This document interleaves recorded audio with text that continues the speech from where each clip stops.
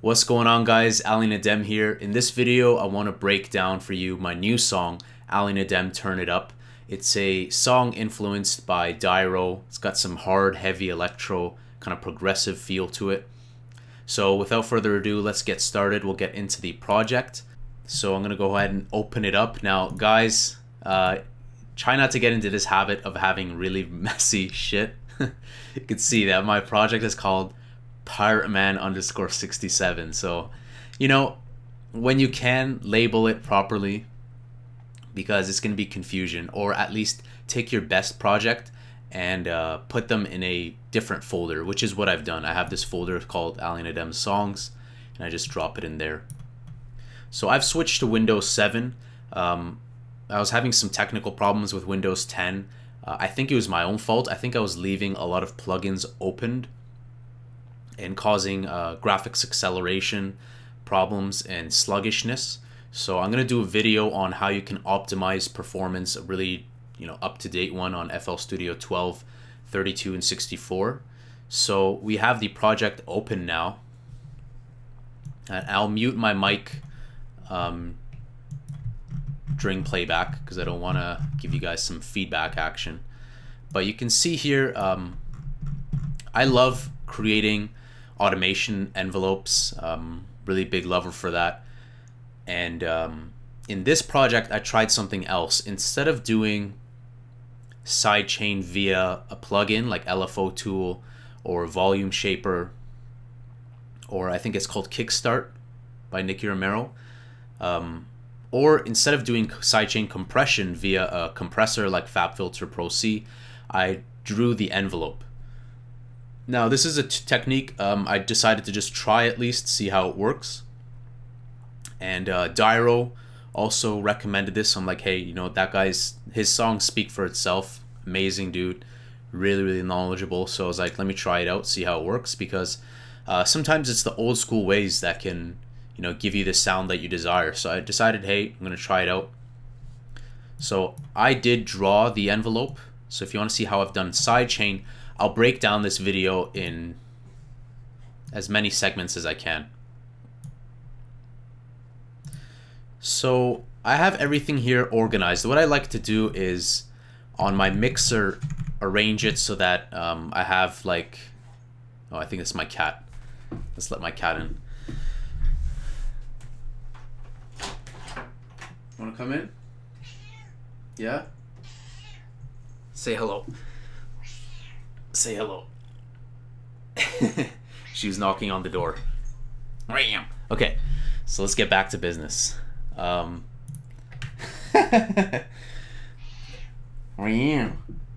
miss me? Alright, so we got the kick. The kick was pretty good. It's got a lot of low-end thump to it, so I'll mute my mic. We'll hear the kick.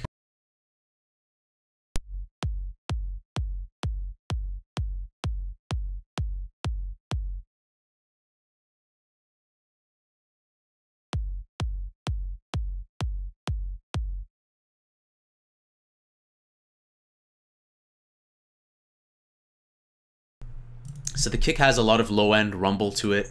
I did layer a top kick, and I'll explain later how I did that. We've got some other percussion, a kick, clap, toms. It's all kind of laid out there. You can take a look. And I feel like, for me, when I want to add a lot of depth, let's play back this track so you can get an idea of what it's like. Turn it up.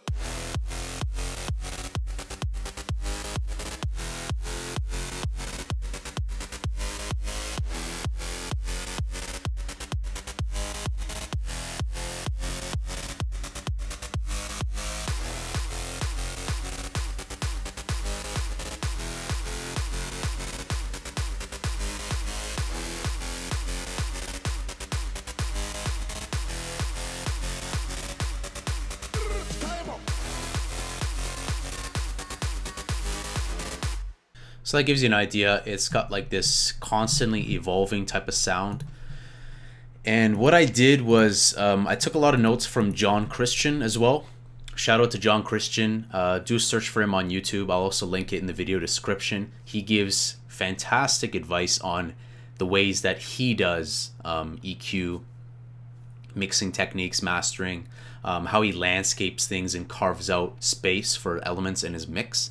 So what I did was the bass that you hear is essentially 2.5 layers. You have the main driving bass. There is a lot of processing, but it's in small amounts. So you can see that I have the equality, so I'm adding some high end. I'm not high passing the bass, so I'm adding some high end. I'm adding some saturation and some more EQ in FabFilter Saturn.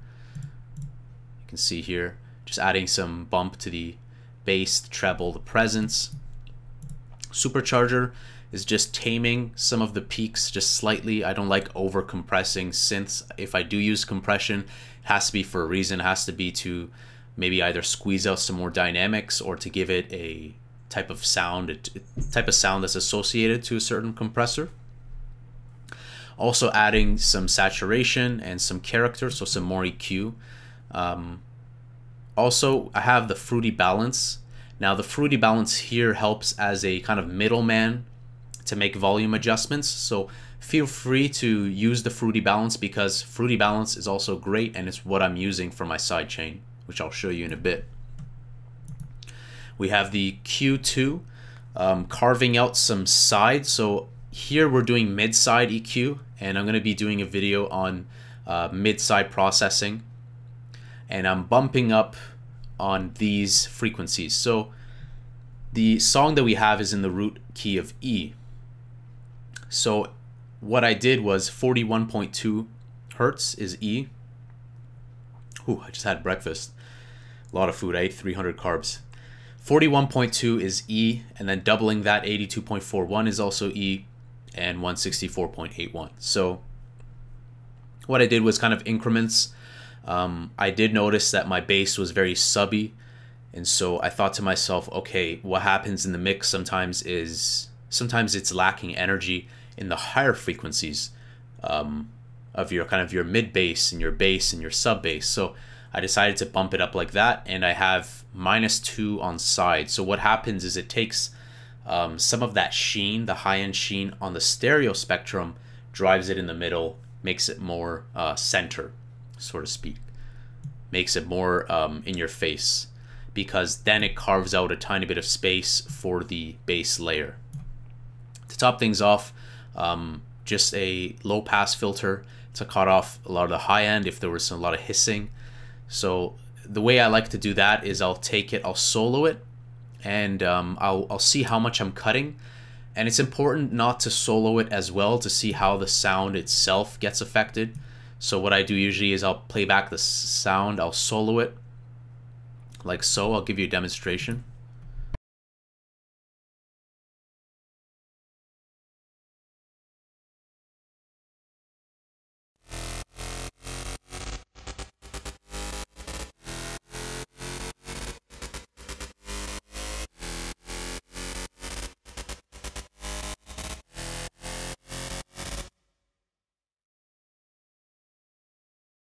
So this is just rough, and gives you an idea. It starts to lose a lot of that high-end sparkle around that 20K, 22K.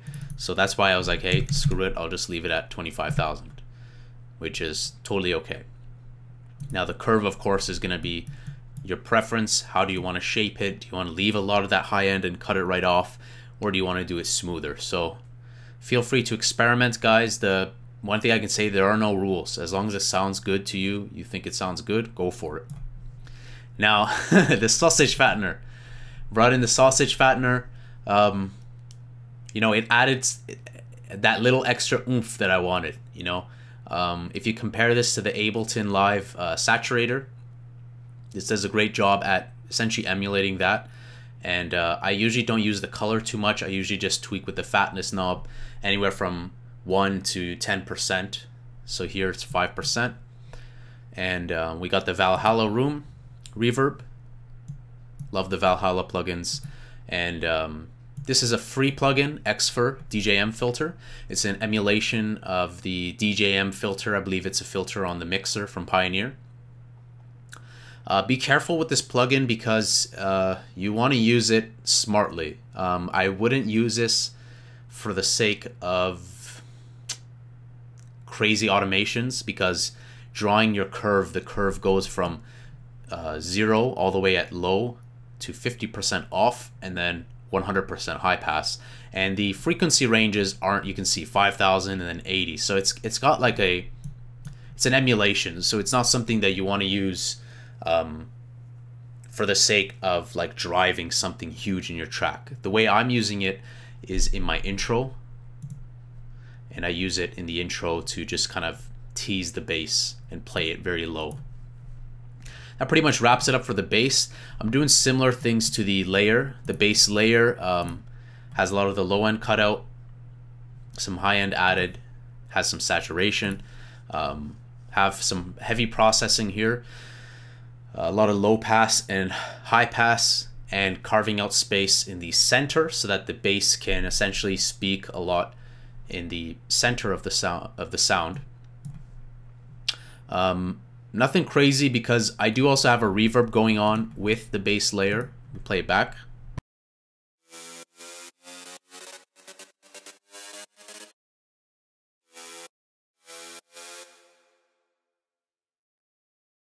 When you combine that with the bass, it gives a really nice feel.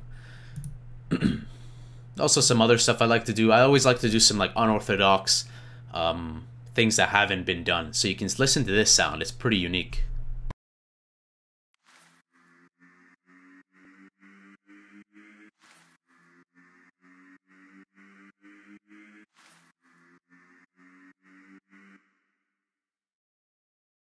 So that's pretty cool. I have a choir voice rising in pitch at the same rate as the bass in the bass layer, kind of with like an extra sample added, and there's a lot of EQ, heavy EQ being added on this one because this one was so damn dark. So guys, I used to be very scared to boost, but boost if it sounds good. Go ahead and boost frequencies if it sounds good. Don't be concerned. As long as it sounds good to your ears, you're golden. A lot of processing here as well. You can see here there's a general high pass and then an extra high pass for the side frequencies to again carve out space for the middle bass while boosting the stereo field of the choir vocal. So cool stuff. If you want a really good explanation of it, check out John Christian's videos. Very, very useful. So I kind of wanted to give you a tease of the portions of the main part of my track. That's pretty much it. I got the bass layer. This I have off. I have it muted because I was gonna do like this brass shot layering thing and it just sounded like ass. You unmute it.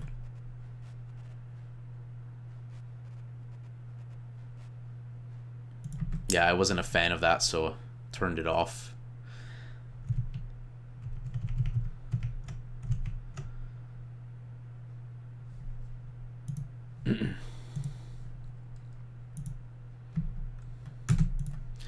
And essentially kind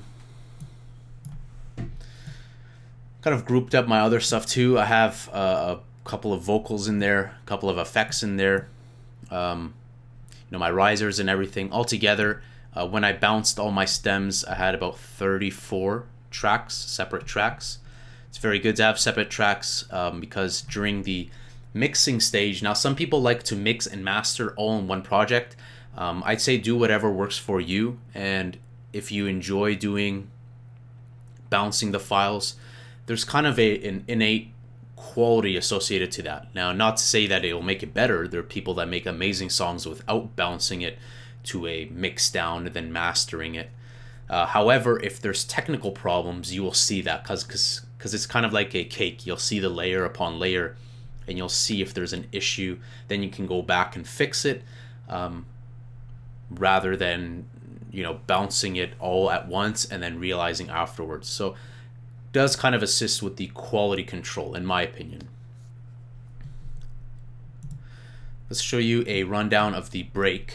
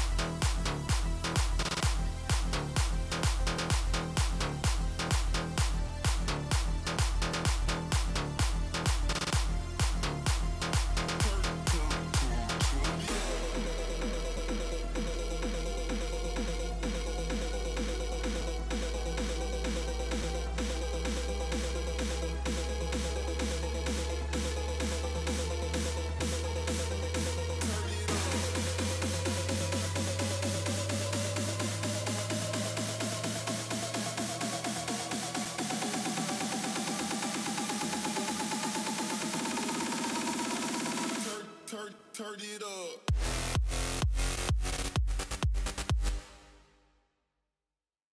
right, apologize for any little clicks that you heard there. It's because of the buffer size.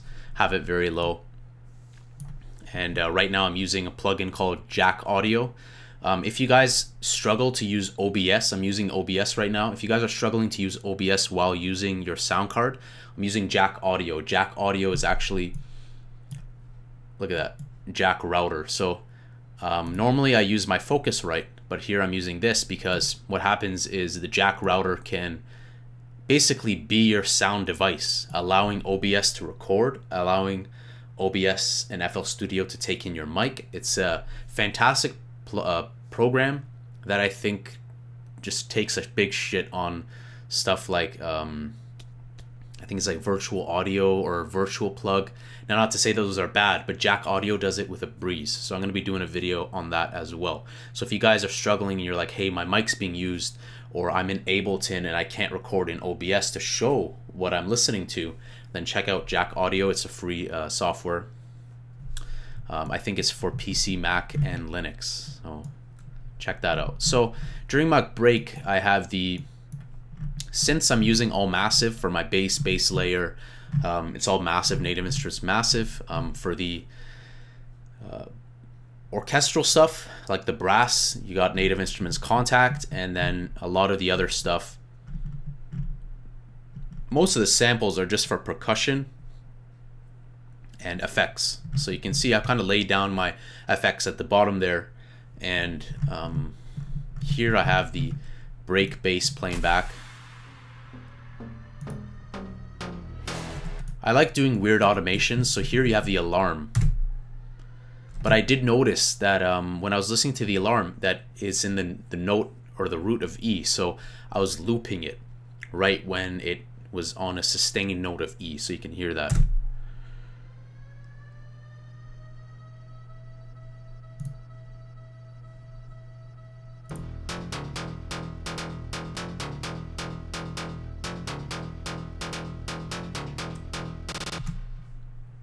So cool stuff like that. It really brings everything together. Of course, when you combine other elements to the effects, the brass, and then these chords playing back. I heard these chords and I'm like, dude, it kind of sounds like this nostalgic kind of like retro police chase type of chords. I call them police chords. It's like a cinematic, it's kind of this like cinematic vibe to it. So cool, I really like that a lot, and that's pretty much it. You know, I'm gonna try and show more, but I just wanted to show you guys kind of the stuff I'm doing with this track and where it's at, because now let's go ahead and jump to the mixing of the stems. And on my master, I just have this FabFilter Pro L, because where we're gonna get all that loudness is going to be during the mixing stage. Of course, during this stage, it's important. Your song has to sound good to you at those lower listening volumes, and it has to sound good to you, because you can't take something that's shit and then just put a cherry on top, shit in, shit out, right? I'd want to talk a bit about my kick top layer. Being that we're going to do that, I'm going to show you what kind of stuff I've drew for the bass side chain, so you can see that this is the side chain.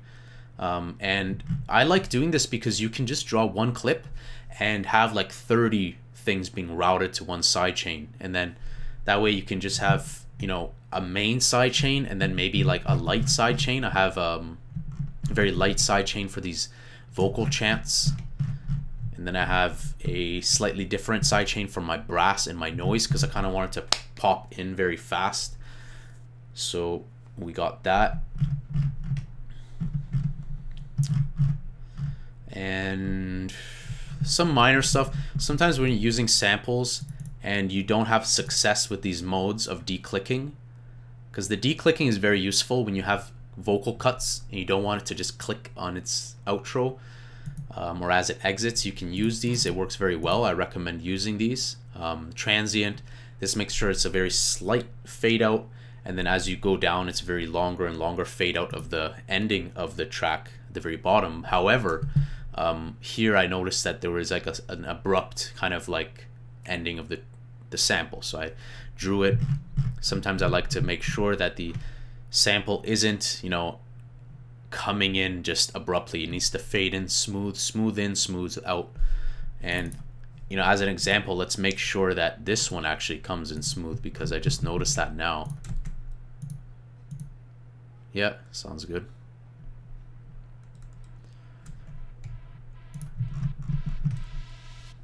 You can see there, that's that technique being used, smooth. Because if I turn it off, it'll end, and it could potentially have a little click. And when you drive everything plus 6-7 dB during your mastering stage, however much volume you're adding, those mistakes can be costly. So guys, make sure you not only solo everything, but listen everything to a whole, and keep an eye out for weird problems. Yes, the kick top. So the kick top, let's check that out. I like to put all my percussion near the top of my project. You can see here I have the top kick, the kick, clap, the hats, the toms. So the kick top, it sounds just like this. Let's go ahead and solo the kick top. Very basic. It was an original kick. If you want to get a kick top, what I would recommend is find a kick that you like that has a very sharp attack, the transient, the initial transient. And then what you're going to want to do is volume shape that. So we can see here what I did was I heavily edited the sample. On top of that, there's also volume automation. You can see, so it literally is just, it's just a little click right there. Well, what are we looking at? We're looking at about damn, I don't know if that's accurate completely. It's probably longer, but you know, we're looking at, I don't think, is that in milliseconds? I don't know. Guys, don't I don't know if it is, but it's just a few milliseconds from what I see there. So your transient or the kick top preferably should be, you know, about 5 or 10 milliseconds, but take that with a grain of salt. I might be completely wrong in terms of the duration. Again, just go with what sounds good. Now I took that and I also put a filter on it. If you guys want a simple filter, check out FabFilter Simplon. It's in the word simple. And I put a high pass filter around 130 Hertz. I didn't want to cut too much to get away from the punch. And then I also EQ'd it, took off some of the high end and EQ'd it even further. So I decided with this one, hey, it doesn't lose much of its character until I drive it past 300 Hertz. And the fruity balance is being used for these volume cuts, is being used for the side chain and all the different buses that are using side chaining. So I hope you guys enjoyed this. I'm gonna give you I'll play it back for you guys one more time, like as it introduces to the break and the drop and whatnot, but I'll do that in the mixing stage because that one, it won't be too CPU heavy. So let's go ahead and open that project. Called it Stem Mastering. Do you want to save changes to PirateMan_67? No. So here we are. We have all these stems bounced. They're all tempo synced. They're aligned. Sometimes you might get problems with it not being tempo synced. You might have to do some micro adjustments. So always keep an eye out for that, but everything looks good to me.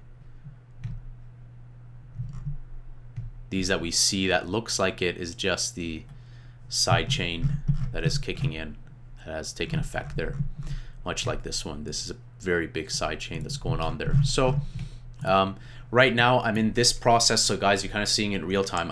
I'm in this process of mixing, and I'm just making some small adjustments here and there. What I like to do, and what might help you, is making drastic changes to the volume automations. Or not volume automations, to the volume sliders. So if you don't know if something is too loud or too quiet, drive it really loud and then slowly bring it down, or bring it very quiet and rise it all the way up. Same thing goes with EQ. Make drastic changes to hear the effect and then kind of back off and find the sweet spot. So right now I'm in this process. It's good to have a reference. I was referencing bass jackers like that. It's a track that was in E as well, I believe. And I took a lot of ideas from their build-up because I noticed that they had a low pass on the snare and they were introducing some high-end sheen slowly over the course of 16 bars. And what I mean by that is they did this.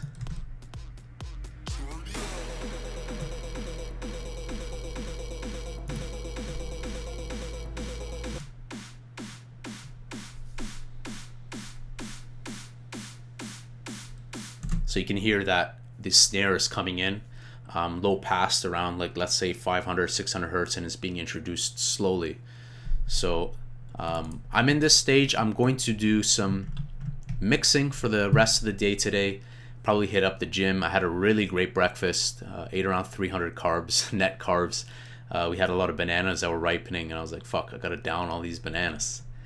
Fucking bananas. Anyways, guys, I hope you enjoyed this video. It's like an update video. I want to show you guys more update videos, more mixing and mastering videos. And so let me know what you guys think of the track, and let me know what you guys want to see from me. Are there certain sounds you want to see, you know, created? I'm using Massive a lot, so I love Massive. I use it day and night. It's probably one of my most favorite synths. So without further ado, let's play this back for you guys, get a listen, and until then, I will see you guys later. Have a great day. Make sure that you comment, subscribe, like, share this video if you found it useful, and check out John Christian's videos as well. Fabulous, fabulous tutorials. But if you're a beginner, you might get overwhelmed by his videos. So I would probably recommend it for more intermediate users, but definitely have a listen, check it out if you enjoy his stuff. He makes great music. Anyways, let's play this back.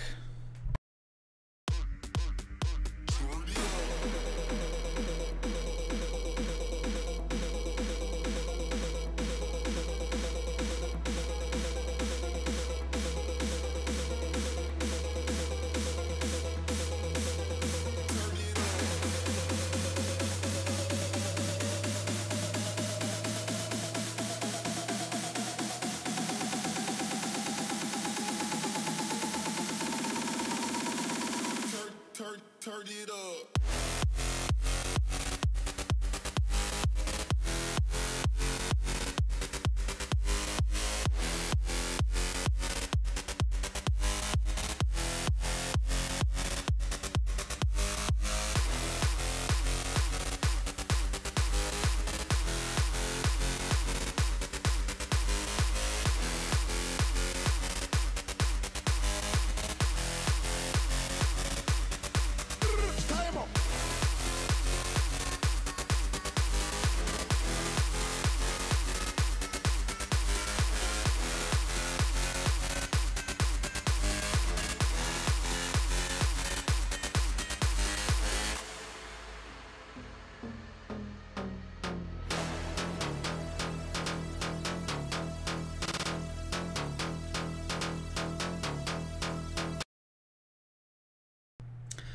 Alright guys, I will see you guys later.